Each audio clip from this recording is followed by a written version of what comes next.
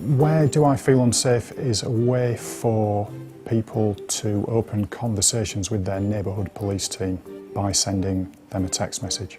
We need to know what people's priorities are, and that's what we're trying to establish all the time, because it's all right us tackling a specific issue, but if the public aren't bothered about that and they're actually bothered about the antisocial behaviour at the end of their street, we need to know about that. If somebody texts us, I'm the person that's responsible for checking that on our local systems. I'll come in at the start of my shift and generally I'll log on to the system and I'll respond to it appropriately. It could be something that's for the police, it could be something that might be more for a partner agency to deal with, so I might go and liaise with a partner agency to speak to them.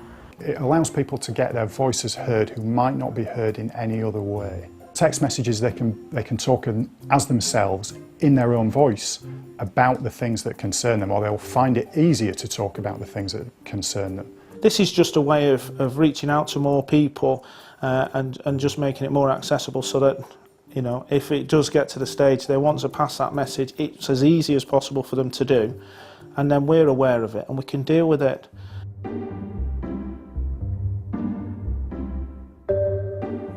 GoGenie is for disabled people, for older people, for families, and what it is a website. It makes it very easy to find all the access information you need in one place. Sometimes when we're looking at access needs, people perceive that they're going to take a lot of criticism. Alison's project gives us a way in which we create dialogue and can find resolution.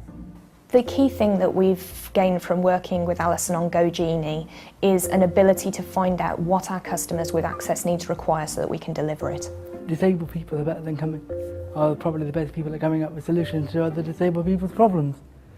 So if you post that on GoGenie, or if you had like a little mini forum, problems, how do you solve them? You can post your question and another disabled person, oh, I did that. The ultimate aim of GoGenie is to make it really easy for people to get out and about, and when you look at the statistics, where 1 in 3 people know somebody is disabled and 20% of custom is lost because the place is inaccessible, the website's inaccessible, or the service is inaccessible. The ultimate aim is to really get rid of those barriers and make it really easy for people to go about their everyday lives.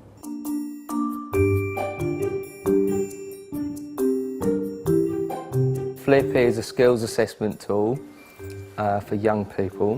What I'm really proud of with this project is the simplicity of the idea that we started with, and that really came from engagement with young people who just very simply said, well, I can't tell you what I'm good at, but I can tell you what my friends are good at. For young people to be asked to write a CV or go to an interview for the first time will be hard, because they don't know what they're good at all. Other people that know you well begin to help you understand what your skills are and how these skills can relate to specific jobs. There are websites at the moment that do give you tips, but they aren't aimed at young people. They're mainly aimed at adults that understand the job environment already. I think it's really important to engage with young people via new methods such as social media and new technology, because youth unemployment is really high at the moment. A lot of young people are not familiar with the more conventional methods of applying for jobs and don't feel comfortable with it.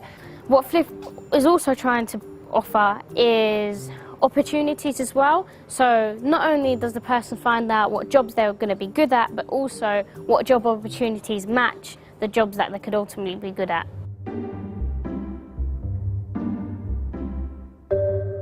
We wanted to engage more people in the consultation process, and we hit upon the idea of using a crowdsourcing website to do that. And from that, Ideas for Bristol was born, really. People really did respond and like the open nature of the site, and how they could discuss other people's ideas and just, air their opinions about the future development of the central area of Bristol publicly. I guess it was a new form of democracy and a way of kind of prioritising projects which we hadn't particularly experimented with before. Sometimes what we actually get back when we do online consultation is ideas that are far ahead of those that are supplied by some of the people who are supposed to be representing them, some of the councillors. It's possible in the future, crowdsourcing websites like Ideas for Bristol and other websites could be used to collect people's ideas, but also to recruit volunteers from within the community to work together to improve areas such as this.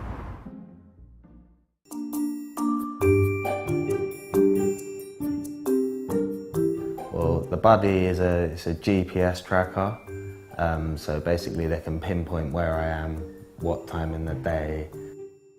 My involvement started with trying to prove a rehabilitation programme. Offenders are always suspected of committing offences. I want to prove that they weren't committing offences. Now the probation officer is able to look at what they were doing and see that actually they're telling the truth. And that makes a huge difference on both sides in terms of continuing the trusted rehabilitation relationship. You're always trying to build up that trust with them. It's not necessarily a big stick, we know you're around that burglary. It's also a case of, well, you're doing a lot of hanging around, you're walking the streets a lot, what are you doing? What can we do to help you come off the streets and actually do something productive? The real help that is required for them is support, day-to-day practical support. But they are offenders, they need to have some punishment for what they've done, but ultimately to get a reduction of offending, they need support and help in achieving that. That gives me a boost and that gives me more motivation to carry on. Yeah, to carry on doing well and trying my hardest to stay out of prison, stop doing crime and stop doing drugs. Patchwork is a web-based tool that is basically designed to help all the different public servants get a picture of who's involved with supporting a particular vulnerable child or family. One of the issues is with families that they're telling their story over and over again, you know, to different professionals. So it could be they spoke to the teacher, then they have to then say it all again to the youth worker, and, you know, eventually they might get a bit sick to death and then just say, right, you know, I'm not bothering, and then to just detach themselves, you know, from any services.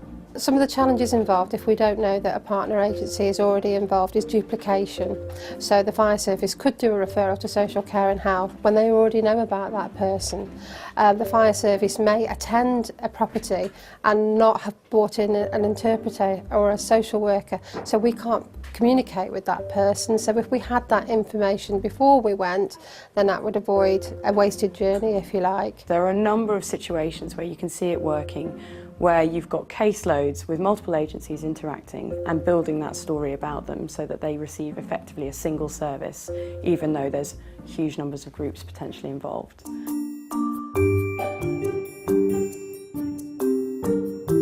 Future is basically a social networking site where people from 14 to 25 can go on and look for training advice, life advice, and just to talk through their problems with somebody. Future You was born out of Cyber Mentors, when we took our offline peer mentoring model and put it online. It struck us very early on that this safe social networking model was applicable and replicable in all sorts of areas. It's fantastic. It's got so much information and so many signposts of various other websites that can help young people get into employment, education or training. It's a website that I actually visit daily because I've developed relationships with people online. They've become friends that I talk to on the site, and it's a place that I know I can always go to for help. The power of the technology and what it enables you to do is to massively scale up your business model, and it did that to the tune of 600%. So in terms of service provision, it's a no-brainer really.